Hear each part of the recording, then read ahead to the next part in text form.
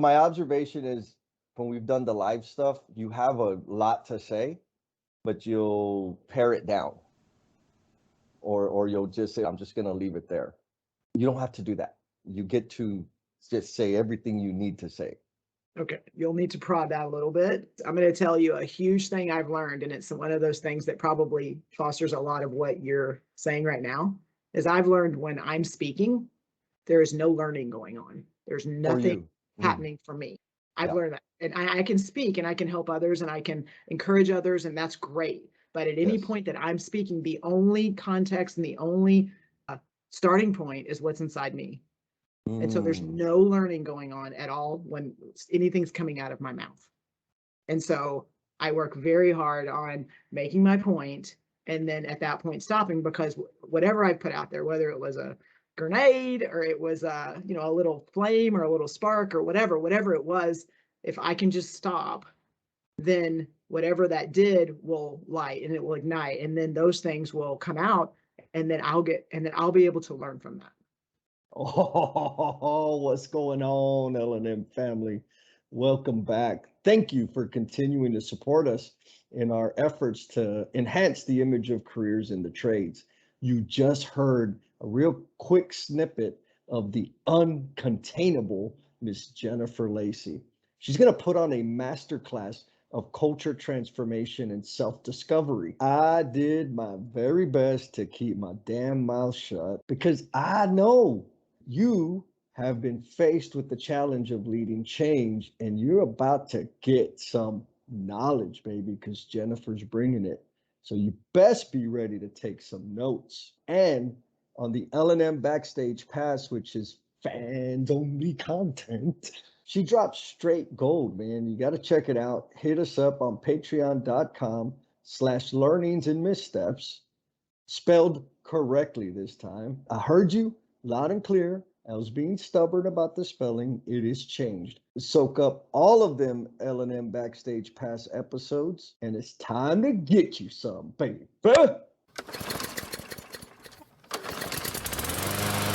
Here we are with Miss Jennifer Lacy. How are you, Jennifer?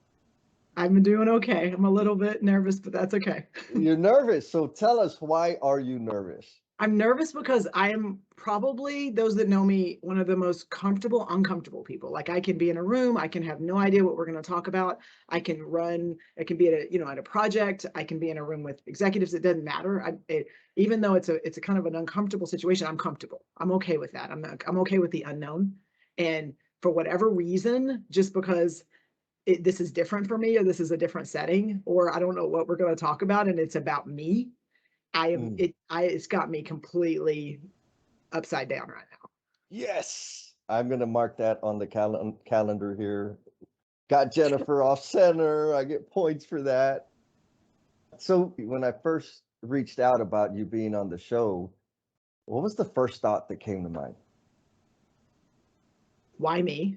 And what value could I add to the reach that you have? And what, it's just me. And that's, me a little bit. So that's kind of where I go. But I listen to the podcast and I listen to the people that you interview. And a lot of them are field focused. A lot of them are practitioners. A lot of them are in the field and they're doing some amazing things. And sometimes I think for me, helping support that and helping being a part of that and helping elevate others, it's not in line with that. And so I think for me, it was, okay, what value could I add?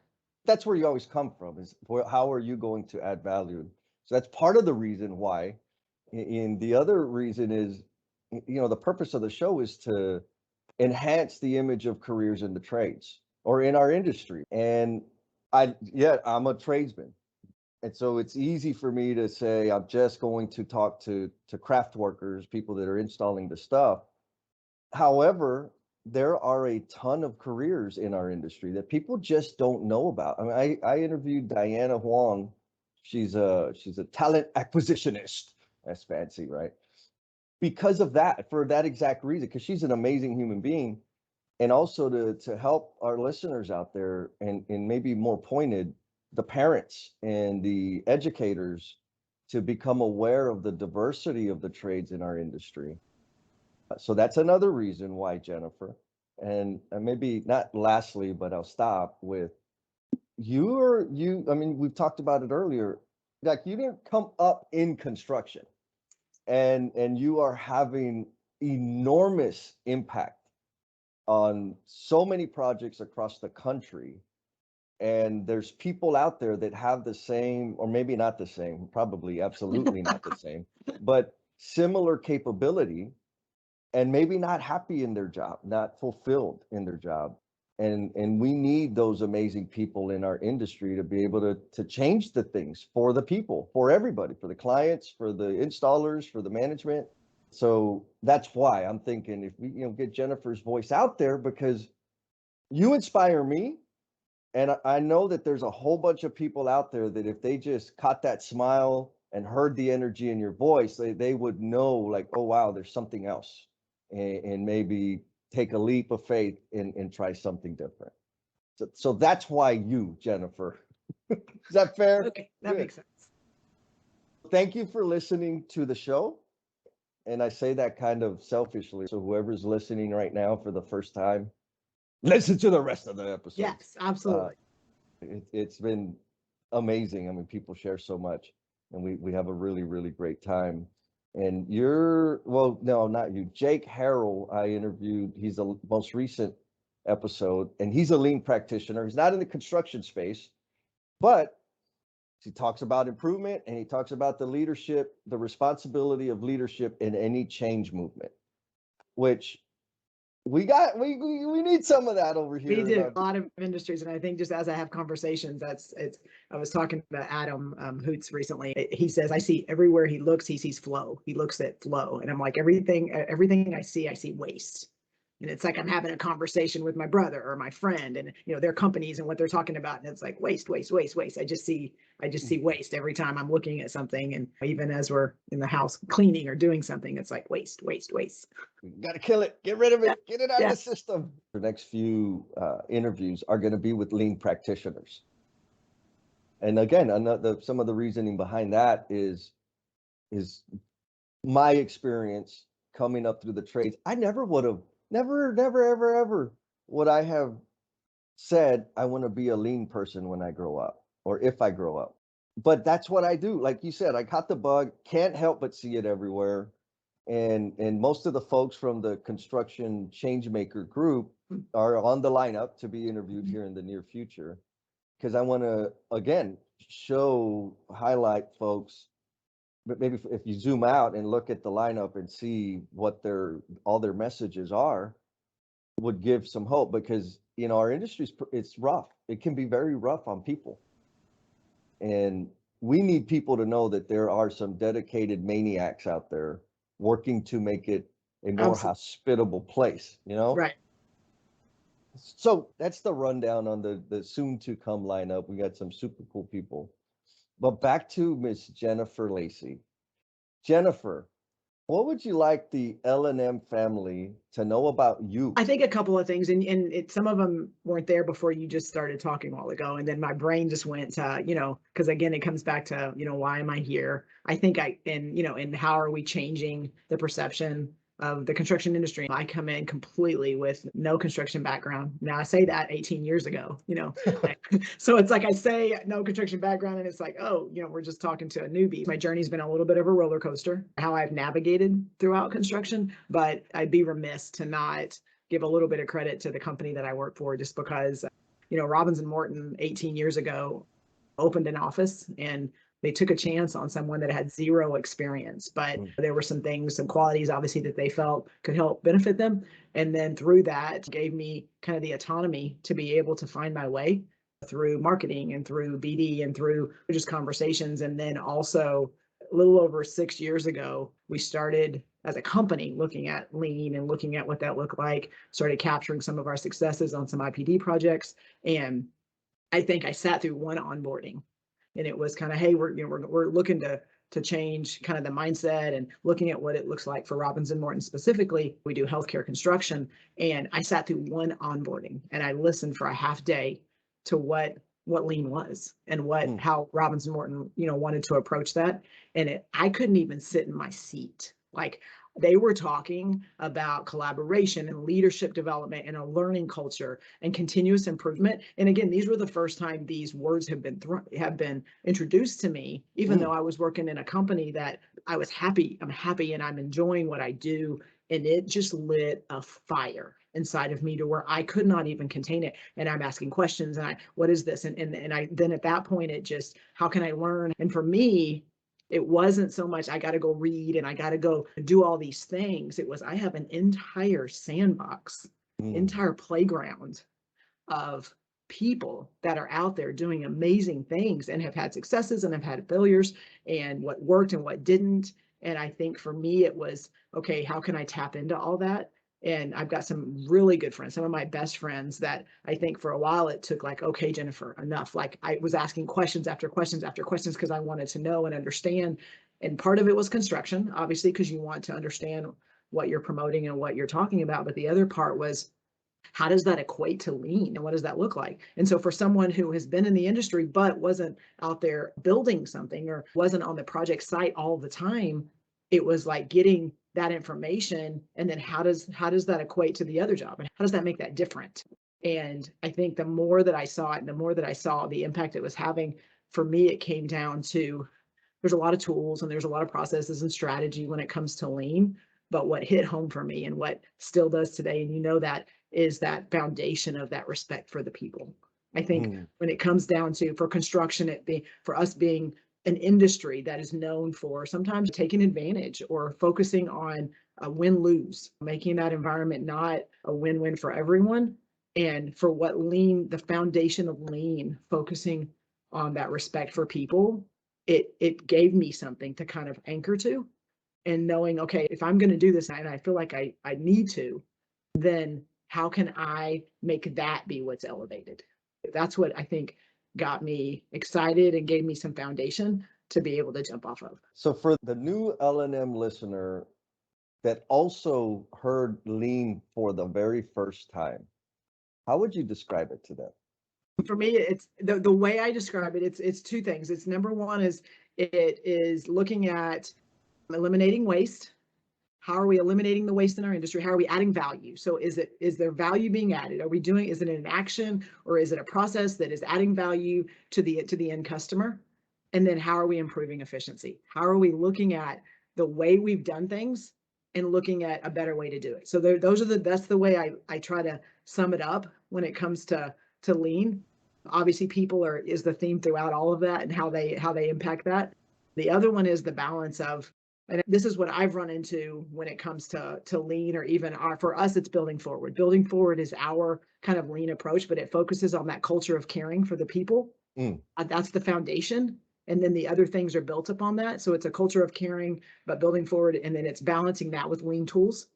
And I think for me, helping communicate to across the board that when you're looking at it, and it's a visual that I put in every alignment, onboarding, whatever, it's a very simple visual. It's a scale. And when you're looking at the scale, there's compliance and there's continuous improvement.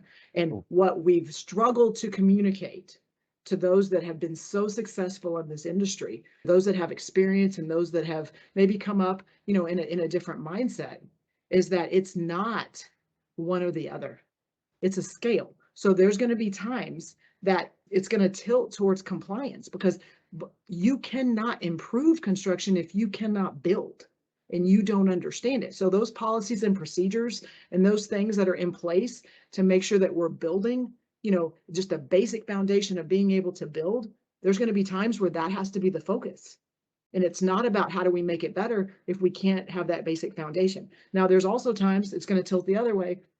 And there's opportunities to go, hey, we've got this baseline, but how do we make it better? And that's where it tilts towards continuous improvement, where we can elevate and highlight ideas, innovations, things like that. But to me, it's a scale, and we have to embrace that, and we have to make sure that we're communicating that there's times that it's going to tilt one way because that has to be what's focused, and then the other, tilting the other way because that needs to be the focus. That is the far better way of saying you must have standards. Have you heard Yes. that? Yes, I know Deming said you cannot manage what you don't measure, and that's a quote that he says. But I throw that out the window. I do respect everything he's put in place, but in my mind, you cannot improve what you don't measure. Because managing is, we know that word, manage, lead, things like that. Sometimes it gets a little weird on what does that look like, but you cannot improve what you don't measure. And how do you measure with no baseline? You've been working on defining a baseline lately, haven't you? A little bit. A little bit, a lot of it, I think. So you mentioned your path. You've been with Robinson Morton 18 years, and I'm sure there's plenty of path prior to those 18 years. You've had some autonomy along the way. Mhm. So with that autonomy, what were the bumpers or the guardrails that you used to stay within the path? I know that you kind of defined the path. So there may not have been bumpers there. What was that like? How'd you do it? How did you do it, Jennifer? I'm not even sure that I could define that specifically, because it's one of those that when you're in the front and you're trying to lead that way and you're trying to navigate what that looks like, you're so focused on what that next step is, you haven't really thought about what those steps were behind you. And so it for me, I have to kind of stop and reflect on that. But again, for me and in the company that I work for, I have been blessed with, leaders that I work with and that have seen something in me and have trusted that I'm going to represent our company right, that I'm going to support our people, and I'm going to help us and what that looks like for our next generation, and giving us validity and making sure that we are staying viable, within the industry. And I think we recognized as a company 6-7 years ago the value of lean. Again, we weren't doing IPD across the company. We were having a couple of very highlighted projects, and we had some leaders that recognized their success to that. And I think they allowed themselves to look and finding, okay, what made this project different than this project? Now, again, success is defined differently for a lot of people. And at no point do we want to say those that have had success have done it wrong. We know that we've had a lot of success and we've had a lot of people that have done some amazing things. But again, based on future generations, based on people coming into the workforce, based on the lack of the workforce, we can't continue doing things the same way and expect that we're going to get the same results. We've got to look at how are we approaching some of the people coming in that need that autonomy, that need some ownership, that need to feel like they're a leader, or that they, something that their voice matters. And maybe in traditional construction, sometimes there was one voice and that superintendent was able to be the voice and you just responded to the voice.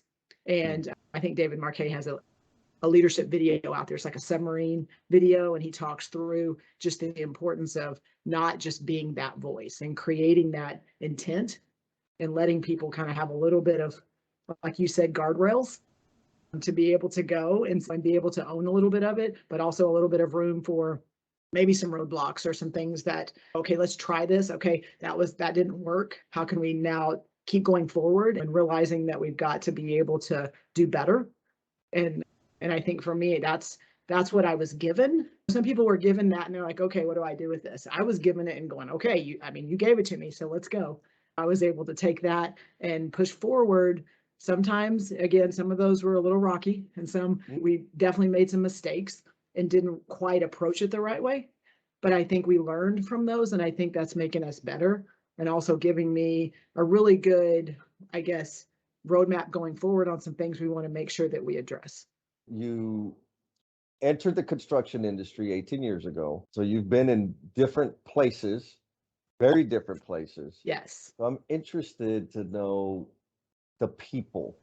What similarities and differences really stand out to you between the folks that work in our industry and in the spaces you were at before? Okay, so coming in prior to construction, I was a teacher and a coach. Yes. So that's let's go there. I mean, so you think you think it's just this other end of the spectrum. And I think what I realized there, I got into teaching and coaching, and let's go back a little bit more. So one of your questions, I think, to me at some point to prepare for this was what were those early aspirations? What were those things that when you were younger and you're getting your college degree and you're figuring it out. So I went into college with an absolute anything the farthest from teaching that I could do. And that for me was, a degree in operations management, looking at manufacturing. I have no idea why I wanted that, what I thought about it, and it's full circle now. So it's kind of Right. comical. But my dad was a teacher, and my dad was a single father, and he was, raising 4 kids and, taught for 29 years. So when you grow up and that's kind of the environment and that's what's navigating your life, I was just like, I will never be a teacher because like I got to listen to I got to sit at home and grade papers. You know, he was a Oh, science teacher. We're also talking about 30, 40 years ago, but still growing up in that, I was like, I will not go into that industry. I will not. So I go and get a degree in operations management. So, you know, completely outside of that.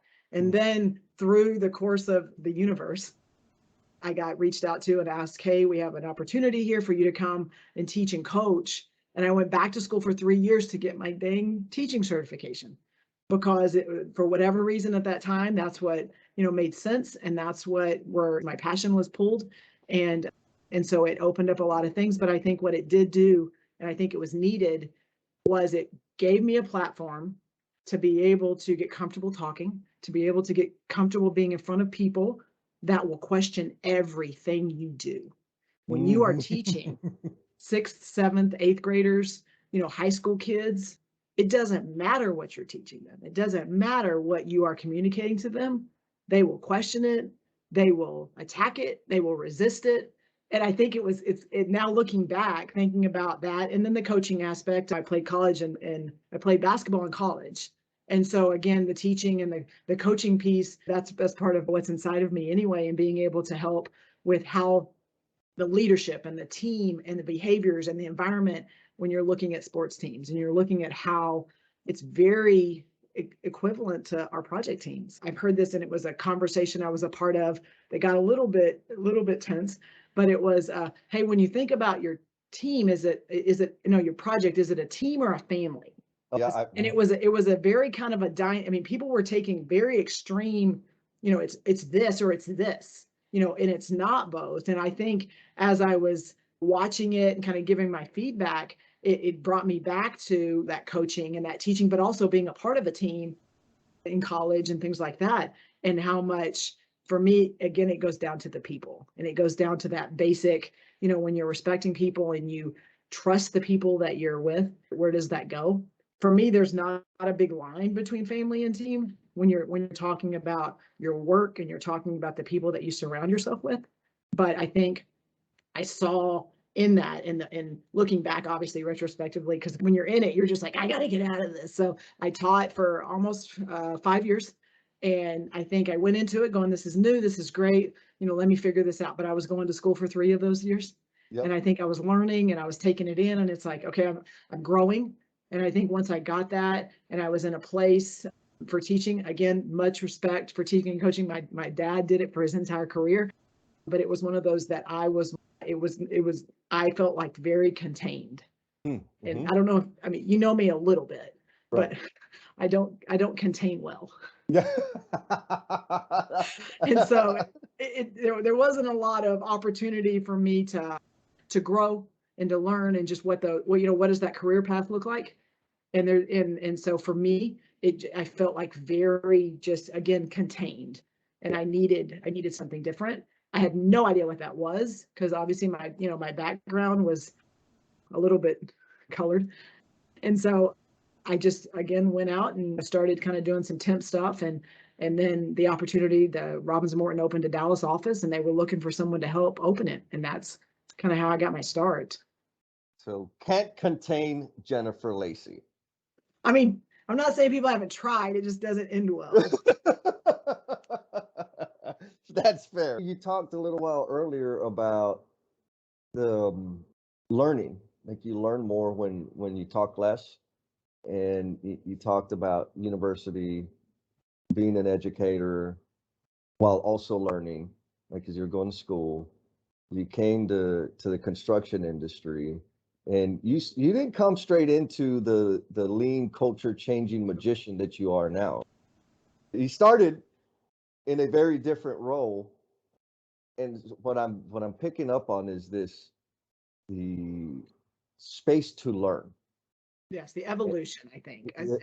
What you see today is definitely not what came into this industry 18 years ago, but it not that the potential wasn't there, but I think the evolution of what happened and what I've been able to do and grow and who I am today is definitely something that was fostered. throughout that 18 years. I think I came in and, in the role I had a lot of hats. I was supporting operations and pre-con and the office and BD and marketing. There were just a lot of hats that I came in, which was great because I was learning something new in a new industry. So it was almost, that foundation needed to be laid so I could understand what everything that I was going to be able to support. And I think because of that, took a little bit more of a strategic BD marketing track, because when you're marketing, you're elevating and you're sharing and you're lifting a lot of things up and you're promoting and things like that. When I'm doing that, that's my happy place. When I can elevate others and I can inspire and I can encourage, and that goes back to teaching and coaching. And I think that's where, how do we differentiate ourselves? How do we elevate the people that are out there? And I think that track is what that I kind of took for the, I guess, prior to coming in to being exposed to lean. And so it was good because when you're out there communicating, and you probably know this, anytime you have to teach a class or you have to have a conversation, whether it's sales, whatever it is, to be able to go in there, you have to prepare. Oh yeah. And if you're preparing to promote a company, to be able to sell a company, you've got to do a lot of learning because you want to make sure you're communicating the right things. What are those differentiators, things like that. And so I was able to grow and learn just in who we are and what we do, and be able to be a huge advocate for our company and for our industry internally to help our company, but also externally on who the people that, I surround myself with. You mentioned the word evolution, and I agree with it 100%. It is an evolution. It's an evolution of self-discovery and identifying what it is within oneself to best serve the people we care about or the community. And the older I get, and maybe I'm just doing it wrong, but the older I get, the clearer that becomes. So I'm thinking about the middle school Jennifer Lacy that was balling on everybody on the court and just killing it in the classroom. There's some traits that you have that you've had all the time since you were a little one, but you maybe not back then didn't understand what they were, and maybe caused some confusion in your mind as you were developing and figuring out your uniqueness. What are some of those things? Okay, well, I'm going to think a little bit. You know me a little bit, just a tiny bit. Yeah, a little bit. Okay, from your perspective, what's something that comes through that, knowing my background and knowing my history, maybe the seed was planted? No, beautiful question. So what comes through first is a ferocious appetite to learn. That comes through clearly. The second thing that really comes through, that rather, it's in what you share, it's in your story. You don't say it explicitly, but there's this fierce level of competition, of competing, and not just competing, but winning. How far off base am I? I mean, again, competition. I'm the oldest sister. I have 3 younger brothers, and we're Okay. within 5 years of each other. So, Okay. I mean, so when you think growing up, single father, I mean, we were talking about it. We took vacation, all of us together, a couple weeks ago, and we were talking about, we remember growing up, and it's funny you asked that question, because we were talking about it specifically, that he would sit us all, if something happened and he wanted to know who did it, so he could know who was going to get punished or who was going to get, Right. Oh yeah. spanking or whatever. So it's like he'd sit us all four, and this is, I mean, from early memories, he'd sit us all four on the couch, and he's like, "You four are going to figure it out. You're going to tell me who did it, so that then we can move forward." And I've got one brother that we know was most of the time the one that did it, and he's like, "I'm good. I'm not admitting to anything." Like he's like, "I'll sit here all day. I don't care. Like, but I'm not owning this." I got another brother that was like a little bit of the peacemaker, but almost like, "Oh my gosh, I got stuff I want to go do. Fine, I'll own it, so I can get the spanking, so we can all go." Like, it was just the dynamic of what happened on that couch numerous times. What he was doing, again, part of it was to benefit him because he wanted to know who needed to learn the lesson. But the other one was what he created in that collaboration, in that us talking, and that building of relationships, and the behaviors and the things that we were able to figure out ourselves. Now looking back into like you said, the competition piece, but just the things that were built, and then going forward when you're also dealing with who's winning and who's not. I mean, it's just those type of things.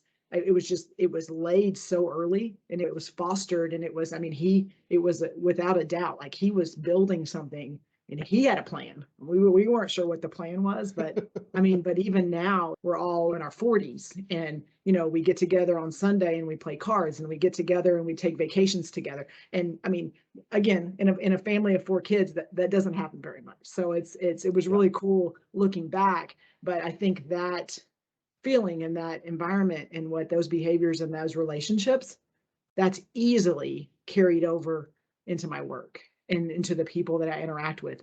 There's not one that I don't try to make feel just as important as if I'm sitting with my brothers. Mm.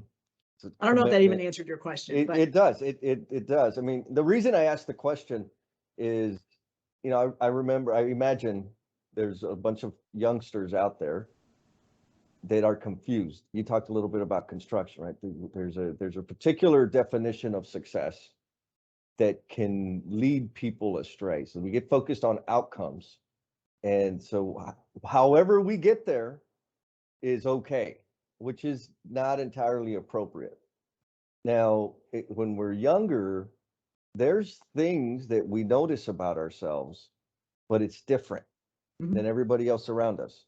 I think it's easy to get confused in thinking I need to conform, but reality is, no, you don't. Absolutely not. Like, the greatest thing you're going to be is you, and lean into that. And the reason I asked is to confirm, like, how far off base is my thinking around that? In that when you're a youngster, those things that you feel like you need to change about yourself, you don't have to. You actually need to nurture them and develop them. And so your response absolutely highlighted that, because it's what you're doing now. I was reading your mind. I just didn't know that. Can you remember at what point you were able just to embrace that uniqueness about you? I think I'm still trying to figure it out. Ooh, okay. I know that I'm a leader, not just because it's in my title, but because of the impact and the people that are around me and the people that are influenced by what I'm doing. But I also know it just as much. I'm a follower because I want to know more about Jesse, and I want to know more about Adam and Felipe and Keon and Joe, and just, I mean, all the people that are around me. I want to get everything from them so that I can be better. And so for me, I know that, and I know people look to me, and I want to make sure I'm representing right. I want to make sure that in everything I do, and I hope the people that know me know this, but everything is, genuine and transparent. And what my dad taught me a long time ago is, Jennifer, if you tell the truth and you are genuine and you do the things that you know are right, you don't have to remember. Oh yeah. And it was it's such a minor, it's like, okay, yeah. I mean, again, but if you're trying to create something that's fake, you're trying to make somebody see something that maybe isn't real, or you're trying to fabricate something here or there, at some point, how people interact and the integration of different things and how you cross paths. At some point, if it's not real and it's not genuine and it's not what you really represent, it will come out. Yes. And I think and I mean, you see it, we watch it in our interactions with other people. I've worked very hard to surround myself with people that are genuine and are transparent, but I learned that early on. And again, it was something he taught me is, Jennifer, if you just tell the truth and you're just genuine and you're real, sometimes people aren't going to like it. They're not going to like what you say. They're maybe not even agree with you a lot of times. And that's okay. And I think that's the part I've kind of had to embrace. But if I say it to you, and I say it in a room with executives, and I say it on a project team, and then 2 years down the road, I'm saying the same things because that's who I am. It doesn't matter who I'm talking to. They know that what I'm saying to them is real. And for me, for someone that's still learning and growing, if I can just be honest and genuine and transparent in every time I talk, then I don't have to remember what I said. And it's such a minor thing, but it's a real thing, because there's so many people that try to navigate and cater what they're saying to the rooms they're in and to the conversations they're having. And I think that's part of, I'm going to say, my evolution. That, and you ask, what was that point? I think what seeing the importance of that and the value of that, I've seen it in different arenas. To replace my position, to be able to move into the position I'm in now with Robbins and Morton, we had to replace me in Dallas for the position that I'd been in for 16 years. And there was a person that I had kind of reached out to, and she was not in a place where she was ready to move. She was ready to change companies. But she was the person I'm like, oh, I think this is the person. And so, 6 months later, as we're still trying to fill a position, and we've gone around and we've done interviews and we've done a lot of different things to be able to fill a position that wore a couple of hats, but it was one that had kind of been established. And so it's like, what does that look like? So I called again, I reached out to that, and I ran across her at an event, and I was like, hey, I don't know where she actually said, hey, who did you hire? I'm like, we're still looking. And she said it was something in her that day when she asked, and I said, we're still looking. She's like, well, why don't we have lunch? We had lunch, and she had like 20 questions. And she was asking about, and I'm like, this is a good sign. So, again, it was, 6 months after I had reached out, and she just wasn't in a place to move. And we had our conversation was real. It was genuine. I put it all out there. Here's what it is. Here's what it's not. Here's what you're going to, everything. And then she's like, okay, well, can we follow up with the vice president who she would be reporting to? And so I set a meeting up, and she sat in and had a great conversation with him. And then she came out and we talked, and she's like, Jennifer, everything you said was 100% accurate. I'm like, well, how does that benefit me if I'm not giving her everything? Right. And so she was able to, one, coming in, knowing what I said. It's one thing to get somebody in and just tell them what they want to hear, because you want to get what you want, but to get her in. And then again, within, a couple of months, she was in the position. She's been there almost 2 years, and she's amazing. And there's not another person that was the right person for that position. And it just goes back to that example of when you're genuine and you're transparent, good things can happen. Oh, mic drop. And so I'm going to give a shout out to Laura Hernandez, because she's amazing, and she has done some amazing things, and she's elevated that position. As much as I was doing 1,000 other things and lean and marketing, she has come in and she's even elevated the position more than what I could have even done. So she's amazing. Nice. Laura, we love you. Good job. Keep killing it. So the 2-year mark, it was 2 years ago when Laura took it and you started doing your magic. So 2.5 years is when there was like a 6 month of nobody in the position, because we wanted to get the right person. And so 2.5 years, a little over 2.5 years ago, I got put in the full-time position of supporting our building forward approach. And my title right now is Lean Practice Leader. Lean Practice Leader. Yes. I think the word practice is probably the most important word in there. I agree. And that was added from Robert Gambrell, who I report to, when we were talking through titles and what that looks like. And I wanted leader in it because I felt like, leaders is a huge piece of our industry and what that represents. And he's like, Jennifer, we want practice in there, because you're not just supporting, people, you're supporting our jobs, you're supporting a lot of the things that we're doing. And so practice was a huge add to that. So I agree that it definitely kind of sets a tone. Yeah, it does. It is a practice, it's progress, not perfection. Yes. You get closer to excellence when you practice. Yes. Oh man, genius. Like basketball, right? Like practice. Like I have a 10-year-old that's playing basketball, and we go out and we're shooting, and she's just like, I'm missing. I'm like, that's why we're practicing. That's why we do this. And okay, you're making it. That's why we're still practicing, is because fundamentals and the foundation of anything we're doing, you've never at a point where you're the absolute best and that you need to stop. Oh man. So 2.5 years ago, you started. So 2.5 years ago, I took a full-time position to support it within Robbins and Morton. Now we're going on almost 6 years of full-fledged building forward within the company. There was just not, we have a core team that was kind of leading it. So strategically, what does that look like? What is the direction, things like that. So we had a core team of people, and I was part of that core team. And so 2.5 years ago, now there's a person that's kind of leading it. I see. So 6 years building forward was rolled out or launched. Mm-hmm. And 2.5 years ago, you were the tip of the spear for building forward. Mm-hmm. Looking back, because I know that you've had tremendous, like, remarkable impact. Could you have predicted where you're at now back then? No. No?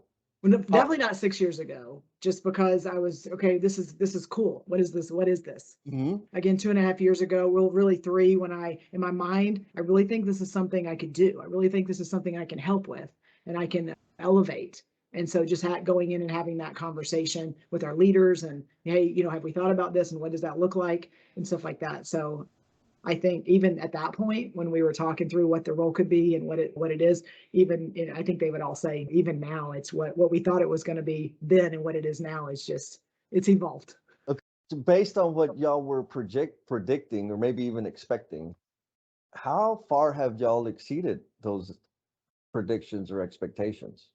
Oh well, that means I have to talk about me a little bit, right? Uh, so I think the expectation again, we created it. It's very very intentional that it was organic. So absolutely, it was like top down support, bottom up participation. It was very intentional from the beginning. And I think that because it was that way, you're kind of allowing, I guess the way we said it is you have to want it.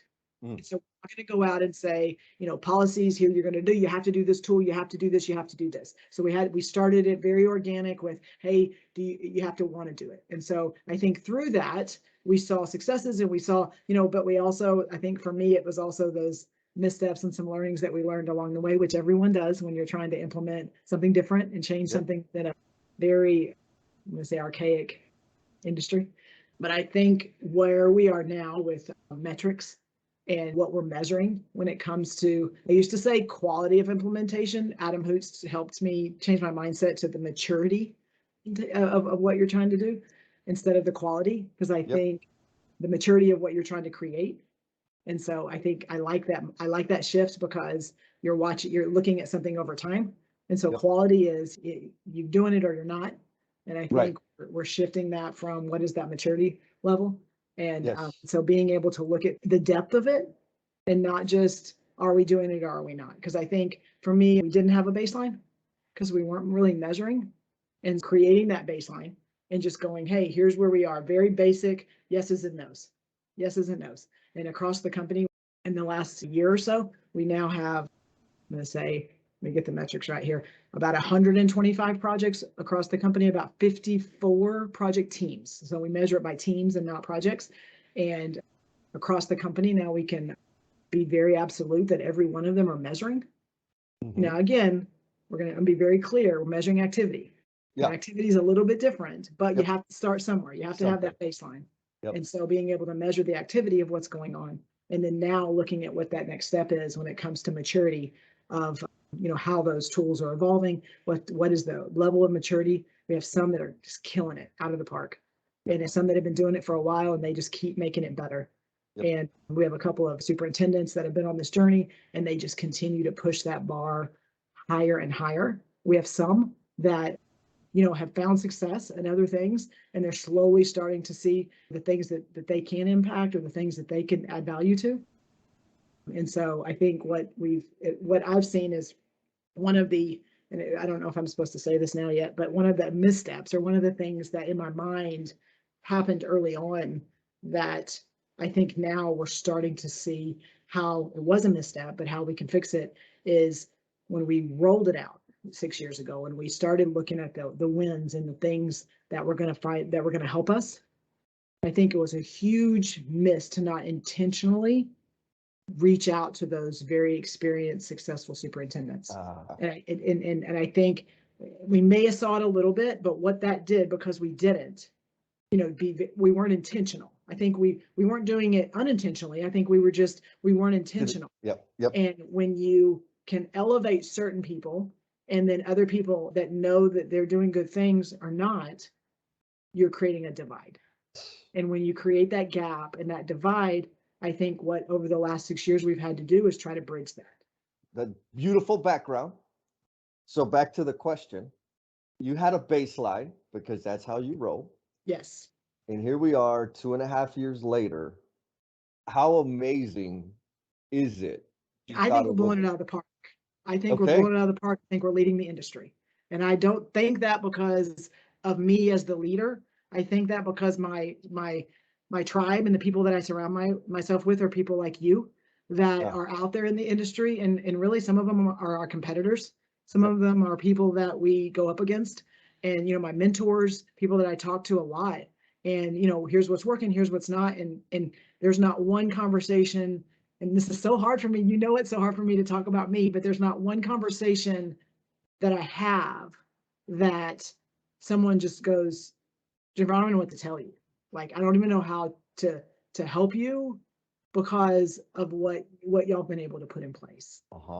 And it makes you feel good for a second, but you're like, yeah, but tell me what I need to do. Like, I still need the feedback. I still need to go, yeah, but like, there's no way we're there. And we're just this very, the baseline of what we could do. And I think what we've been able, the structure, and again, there's a lot of companies. I mean, you've worked for one, a lot of companies that have a lot of things going on, a lot of amazing things. Yes. And I think for me, the focus, and one of the things, another one that I felt was maybe something that didn't happen at the beginning, that another learning, maybe I missed up, but it was one of those that we love. We had a lot of tools. We had list of tools, a list of all the things that you could do, lean, all the things you could do on your projects. And here's all the cool things that are going to make you work better, work smarter, be more efficient, add value, eliminate waste. Here's all the tools. We had no support structure to help that, to support. Mm-hmm. And so you throw tools out there and you got a couple of champions that can reach out, but you got a handful of champions that have done it and they figured it out themselves. And that's great. That's wonderful. You have other people that are just like, okay, how do we do? What do we do? And when you don't have a support structure in place, I think that it was one of those we realized, and then we had to figure out what did that look like. And so we started out with, hey, we'll identify champions. We'll identify the champions that could help. And again, we had a group of, I think we started with 15 and ended up being like 45, but we had some champions that you go, hey, these are people that can help. And what we found was that when someone needed help with last planner, we got a group of champions. So reach out to the champions, and they call one of the champions, and he's like, well, what I'm really good at is condition of satisfaction. I'm really good at that, or doing A3s. I'm not really great at last planner, but hey, go ahead and call Josh or Bill, or those are better people. And what we realized is we were getting a lot of people that were getting frustrated because they didn't know where to go to get help. Yep. And I think that came up and it got surfaced and we talked about it, and okay, how do we improve this? How do we make it better? Because at that point, we're looking at scaling this company wide, and we need to be able to put that support in. And so what I've put in place with a lot of help from a lot of amazing people within our company is we've focused on resource teams that support tools and processes. Yeah. And culture. And so we have groups of people that are very specific to, hey, if I want to know more about Gimbal Walks, I'll call the Gimbal Walks resource group. We have a leader. We have a core team person that's a part of that. They have people that have volunteered to be a part of that group because they support it and they believe in it and they can help people, coach people on it. Yep. And so being able to be very tool specific goes back to your question. I know you keep going. That to me, that's part of the things that we have been successful and things we've been able to put in place.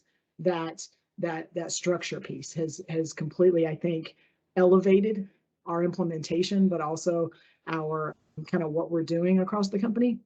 And I say that because every project makes commitments and every project reports on what they're doing. And I say every project. Well, the one thing that you touched on it, and when you're seeking feedback and everybody's like, girl, I can't give you any because you're smoking our ass. It's the culture thing.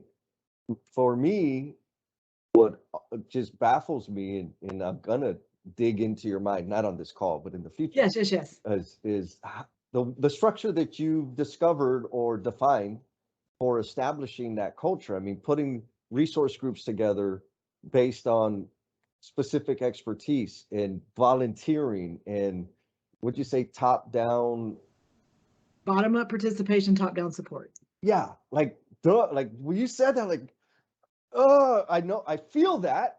I don't know what the hell it looks like or how to do it, but yes, that's exactly what I've been trying to say.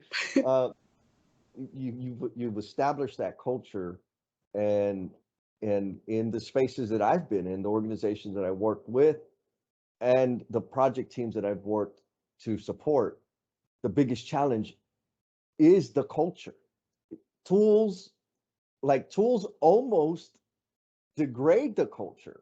Tools, so, but what's below here, the environment and the behaviors are absolutely are what, if that's not in place, and we've talked about this, the tools that you can have short-term success with tools. You Yep. can have short-term success with strategy. Hey, this project, this specific team, you can have short-term successes and be like, here's what drove that success. It will not be sustained. It will not go beyond that. And Yep. once that person that has dictated that is gone, it will fall apart. I mean, and there's nothing else you can say, but if you take the leader out of it and you take the person in charge out of it and it changes, whether it changes for the good or it changes something going back to revert to traditional, implementation. If you take that leader out, then you did not establish that environment or Yep. behavior that can be sustained. And you saw that. You tested it, you put your finger on it, and you developed a recipe to produce that. And that's the thing, girl. Like that's the thing that everybody's scratching and clawing at because of the damn tools. We all like the tools, and we never really want to talk. Here's a good analogy. In our industry, we don't want to talk about culture, commitments, and trust, or even psychological safety. Oh my God, we're gonna piss some people off when we bring that one up. Well, man, you want to talk about tools? Yeah, we're gonna talk about tools all day long, right? Give me the checklist. Tell me what you do. I'll check the boxes. Yeah, yeah. And it's analogous to Jennifer talking about all the amazing things and the teams and the people. She's down for that, like tools. But when we want to talk about Jennifer, she's not very comfortable. No. What do you think? No, you're absolutely right. And again, it's because everything is my goals, my my mission, my purpose, my why is about how am I elevating others, how am I encouraging others, how am I inspiring others. And again, it's the question, but those are the questions I ask myself. So make sure those outward actions are happening. But Yes. it doesn't reflect on it. At no point is it a self-reflection. It's what are the actions? What needs to happen so that I'm doing these things? Because to me, that is where I bring value. That is, that's, I say it's my happy place, but it's when I'm encouraged and I'm full of energy and I'm, out there being a positive force, it can integrate and be and really transfer to other people. Yes. And it's important. So you're killing it. When the people say, I don't know what to help you, what they mean is, well, you're kicking ass. And I want to be able to kick ass like you're kicking ass. So give me feedback. Tell me what I need. Well, anyways, that's what it is for me. I can't speak for everybody. Now, you mentioned earlier that you can't be contained. And that's a good thing. I get it. And you shared it through the conversation. If the listener hasn't picked up on it, you need to know Jennifer loves to learn. Now, so that brings me to this weird question. I'm going to fumble through it. Do you feel a sense of containment growing as the space to learn decreases? Okay, so explain a little bit. Yep. So you've been on this journey of establishing, and maybe not even establishing, creating culture, and you've got a lot of reps, and it's working. You have an outline, you have a plan, follow the plan, and boom, it works. So there was a lot of learning that you had to have, experiments and failures and all that good stuff to get to this recipe that works consistently. So now the learning has gotten small, the opportunity to learn has gotten smaller. Okay.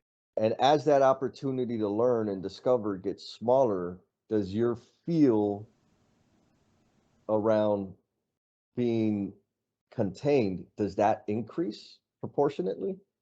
I think so. I don't know if contained at that point, it's the limitations. I think for me, a little bit different than contained, because contained is like there's no, you can't get out. Okay. Where I think for me, the limitations of as I go and I reach those goals and I accomplish the things, or I get that information, I think then it's like okay, what's next? Yeah. And I think for me, the what's next and what does that look like? Again, I don't know, but I don't think I knew, 5 years ago or 2 years ago or whatever, what that was either. So Yes. it doesn't, it's scary only because, it's always been scary. And that doesn't stop me, but it also, gets you thinking, okay, I'm doing this, but then how does that then impact this? And how does that, what's next to be able to continue to elevate? We know you never reach a mastery, you're never going to get to that point Mhm. where it's perfection. And we know we're just getting started. For us, some of the people in the company have been on this journey for 10 years and they've been doing stuff. There's some that are, that are still coming into it for the first time. So, we know that first 5 or 10 years, you're still figuring things out anyway. And then as things evolve and as things grow, you're still, I guess that's the greatest thing for me about lean and what we're doing and building forward is it's continual. Like even Yes. for me that, okay, I've got those, got certified, got this, I'm able to do these things, but it's always, there's something else. There's something else to be able to figure out. I've got a group of people now that got me onto Clubhouse, Yes. which is new for me. For me, it's new. It's like a week and a half in, and I've gone in and I'm starting to watch, and I'm just like, oh my gosh. I mean, that's to me, like that was something that I didn't even know existed. And then it's there. And now the learning that's been able to be there for me, that was huge because of the need for that, for the learning and listening to other people. Because for me, I'm doing way more listening than I am talking. And when Mm. I'm listening, I'm learning. Yes. Yes. And so for me, I think that was a huge one. So I'm going to plant this seed to challenge you. You love to learn via listening, and that's part of the reason why you try to minimize your talking. And I love that. Like that's a very simple but super damn difficult thing to do. But you have tremendous amount of goodness that people need to learn, are dying to learn. And the only way they're going to learn it, sister, is by you talking more. And I understand that's a challenge, but just want to put that out there. And we're talking learning keeps coming up. And so here comes the fans only question. What learning have you had? And I'm sure there's a bunch of them, but what learning have you had as a result of a tremendous or painful mistake? There's a big one, and I think I'm still figuring it out. But Okay. I think at least I've acknowledged it, and I can at least go into the conversations with it. Oh yeah, here I am again, ruining the surprise. It's so good. You gotta hit us up on the patreon.com/learnings and missteps. We appreciate your support. And back to the show. Vetting it through different eyes. Yes. That is a powerful idea. I'm gonna get a tattoo of that right here on a neck tattoo. It says vet it through different eyes. Maybe not where on your neck. So you talked about the next generation, which will bring us to the final, maybe the final question. How do you intend to transform the world going forward? I thought about this because you gave me a little bit of heads up. And so for me, the more that I'm learning, the more that I'm trying to lead, sometimes I'm doing a good job of it, sometimes not so good. I feel like what kept coming through is, and this is going to be a hashtag, I'm sure. It's going to be, what are the ripples of impact that I'm leaving? And so for me, it's so easy to get caught up in that immediate response, or that immediate, you leave a room and you are on fire, you're floating because of what's happened right there in that room, and it's feeding you and it's exciting you. And then I'm part of conversations that's like, yeah, I posted this or I had this conversation and nobody said anything. Mm. Nobody responded. I have an open-ended question in a room and they're just staring at me. And it's so easy to get caught up in those moments where it's like I didn't make the point I was supposed to. I didn't reach what I was supposed to do. It must not have been impactful because nobody said anything. And Mm. what I've realized after the fact, even through this journey of 6 years or 2.5 years after the fact, is those little seeds are happening. Those rocks that are, going across the water, and those ripples are going and going and going. It's like the ripples of impact that are happening. We have to believe, and if not, that we don't even need to be doing what we're doing. We have to believe that when we're saying things and when we're doing things and when someone's watching what we're doing and having Yes. the engagement and being able to see and observe, even from the background, they don't want to jump in, they don't want to whatever, that those ripples of impact are happening. And I think for me, elevating people, that's my goal, and elevating, inspiring, encouraging people to keep doing what they're doing, finding those little silent heroes out there and being able to elevate them. But really, what are we doing that are leaving those ripples of impact? That we leave the project site, we have a conversation, and we're touching people on social media, whatever those things are, and then it's over. And we're going back to our day jobs, and we're going back to our families. And then what's happening outside of that? And I'm just seeing more conversations or comments, or I show up somewhere. I was down in Florida a couple months ago, and one of our leaders, our vice presidents, and his wife were there, and we were talking, and they have two sons in our company. And I've interacted with him at different times. And I was talking to his wife, in Florida, and she was just like, Jennifer, my boys love you.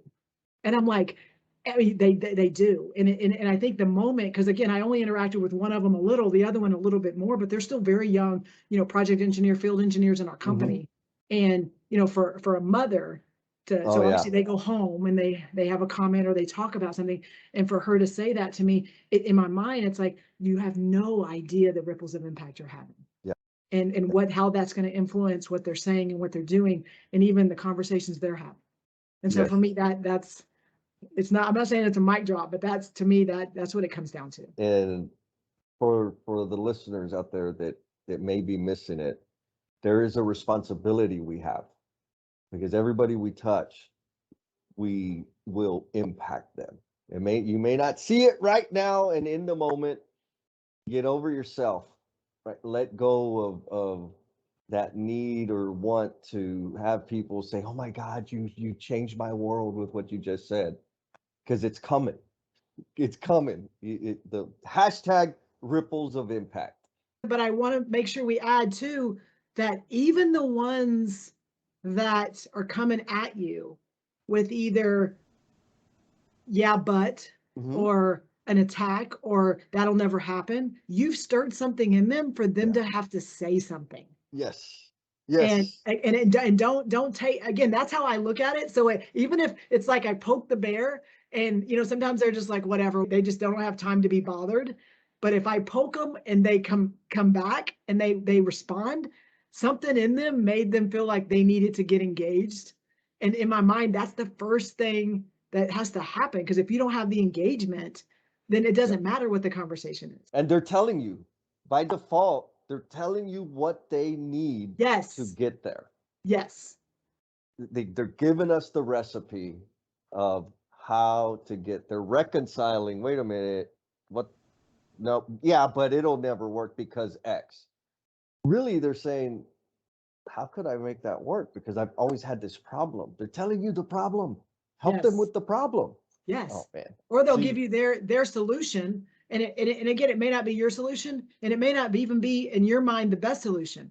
But if they're coming at you with, well, here's a better way, or here's what even though in your mind it doesn't conform to what you're trying to do, it does. Yes. Because if they're engaging and they're sharing something that, even if it kind of takes it off this direction, again, you said something earlier on changing the culture. I feel that it's not changing the culture. I feel like my role is fostering the cultures, because there have been there's some good cultures. There's some good things that have been put in place that were there before I came to be. And there were successes that happened because of some great, amazing leaders. And so my job is not to go in and go, oh, this isn't working, let me change it. It's okay, what are the nuggets here and the things that we want to foster, and we want to feed, and we want to elevate to make it better. Love it, because it is a partnership. It's not you coming in and doing it. It's how do we all contribute to making that thing happen? Yes, because the goal is, when I'm not the answer. Mm. I can fuel the fire. I can ask questions. I can help kind of get some stuff started. But I won't be on all 125 of our projects. I won't be a part of all 54 or 55 of our project teams. I won't. Mm. And so when I leave, something still has to be going on and happening. So I can be a spark, but I cannot be the fuel that's continually feeding it to make it be what it should be. Well, Miss Jennifer, did you have fun? I did, and I survived, and I survived. Yes, I did, and I feel good, and I feel like we talked about some really cool things, and I think that again, every time I talk to you, that happens. But my anxiety's way lower than it was when we started. I appreciate that. Was there anything that you wanted to talk about that we missed? I don't think so, because I think everything we talked about was way more than I anticipated anyway. I feel like you tapped into a couple of things. Again, I mean, I love what we do. I love our industry, and I know that, I mean, our goal is to better the industry. And I think the biggest piece that I've learned working in an industry that traditionally what we've held high is hold the things that are amazing and that we're doing so different than the rest of the world so close so that we can be the best at what we're trying to do, and trying to make sure that we hold it, because it's a secret and we don't want anybody else to grab it and take it.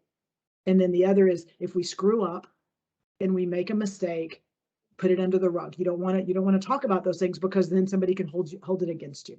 And I think what we've done is we've completely flipped that upside down. Is I'm getting the best advice and the best ideas, and even how to help with some of my issues or some of my problems or some of the roadblocks that I come across from the people outside of my company that work for my competitors. Mm-hmm. And it's amazing, because I say competitors because that's what people understand. But some of my best friends, are people that their firms are going after projects that we're going after. And that's okay, because we are not going to improve the entire industry by people and by companies. If I just focus on one person, our industry's not going to get better. If I even focus on my company, if Robbins & Morton can be the best we can be, it will not better the entire industry. Right. But if we can do it all together, all of us together, all of our companies together, trying to change a mindset and trying to change the way we approach people, then it will make a change. Well, I want to join you on that adventure. Yes. We got to share. We got to share it, and we'll get there. What did I tell you? Now, what you didn't get, if you're only listening to the podcast, is you didn't get to take her beaming smile in. So hit us up on YouTube, because that's growing. We got some subscribers coming in. We're even starting to get some likes. Thank you all for helping us grow far beyond what we ever expected to. And because of y'all's support, things are starting to build up out in that podcast world. Keep an eye out on July 30th and 31st. Hit up shareyourpod.com. I'm going to be speaking for a little bit, sharing, our story, our journey with this podcast. And it is y'all that are giving me the confidence to just put myself out there, and we'll see what happens. Now, time for some recognition. This dude, I'm going to meet him in person by the time this episode airs. He's straight up gangsta, man. He's out there making it happen. His name is Steve Turner. He's the founder of Bring Back the Trades. Steve Turner says, I've actually been listening to them and I love them. He's talking about us. Rather, he's talking about the episodes, but I like to think just us. I love that it's real tradespeople you're interviewing. I'm working really hard to get the younger individuals energized about the trades and letting them know that college isn't their only choice.